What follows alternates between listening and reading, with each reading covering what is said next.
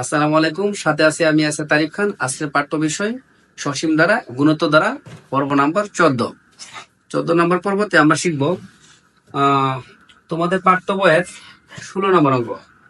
16 নম্বর অঙ্কটা এরকম ছিল: 2 + 4 + 8 + 16 দ্বারাটির n সংখ্যক পদের সমষ্টি 254 হলে n এর মান নির্ণয় করো। সমান্তর দ্বারার মধ্যে আমরা এইরকম অঙ্ক আরো করেছি। সমান্তর দ্বারার মতো করে এই অঙ্কটা সমাধান করতেছি। দেখো, দৈর্ঘ্য গুণত্ব দ্বারা প্রথম পদ এর সমান কত? এর সমান 2। গুণত্ব দ্বারা সাধারণ অনুপাত আর সমান দ্বিতীয় পদ বাই প্রথম পদ। আমাদের দ্বিতীয় পদ হলো 4, প্রথম পদ 2, কাটাকুটি করলে কত হবে? 2।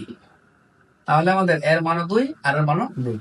আমাদের অঙ্কের মধ্যে দেওয়া আছে সমষ্টি, তাই আমরাও সূত্র বসাবো সমষ্টির। অঙ্কের মধ্যে তম পদ দেওয়া থাকলে আমরা তম পদের সূত্র বসাবো, অঙ্কের মধ্যে সমষ্টি দেওয়া থাকলে আমরা সমষ্টি সূত্র বসাবো। দেখো, সমাধান করতেছি। দেখো, আমরা জানি সমষ্টি Fn সমান n ইন্টু Fn সমান a into r power n minus 1 r minus 1। যদি আর এর মানটা 1 থেকে বড় হয় আমরা আর গুলো সামনে বসাবো, ওয়ান গুলো পিছনে বসাবো। যদি আর এর মানটা 1 থেকে ছোট হয় তাহলে আমরা ওয়ান গুলো সামনে বসাবো, আর গুলো পিছনে বসাবো। আমাদের যেহেতু আর এর মান বড়, তাই আমরা আর গুলো সামনে বসালাম। তাহলে স্যার বলে তো, স্যার আর এর মানটা 1 থেকে বড়। তারপর আমরা সমষ্টি নিচে সমষ্টির মান বসাবো। সমষ্টির মান 254।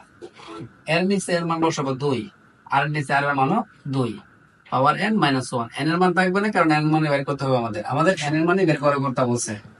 আর এর মান 2 মাইনাস 1,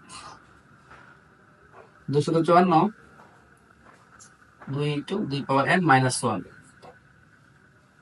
নিচের একের কোনো দাম নাই, তাই নিচের 1 দিলাম না। বিয়োগ করলে হবে 1, একের কোনো দাম নাই। তারপর আমাদের 254 এই পাশে গুণ থাকলে পাশে কি হবে? ভাগ হবে। 2 পাওয়ার n মাইনাস কি 1। 2 দ্বারা 254 রে ভাগ করলে হবে 127। মাইনাসের 1 এই পাশে এলে প্লাসের 1 হবে। 2 পাওয়ার n 127 এর একে যোগ করলে হবে 128 সমান 2 পাওয়ার n। এখন এই পাশে 2 আছে, আমাদের এই পাশে 2 লিখতে হবে। 2 রূপে কত পাওয়ার দিলে 128 হবে? 2 উপর 7 পাওয়ার দিলে হবে 128। উভয় দিকে 2 মিলা গেছে, বেস দুইটা মিলে গেছে, বেস দুইটা মিলে গেলে বাদ দিয়ে দেবো। তারপর সুতরাং n সমান 7। এ হলো আমাদের আনসার।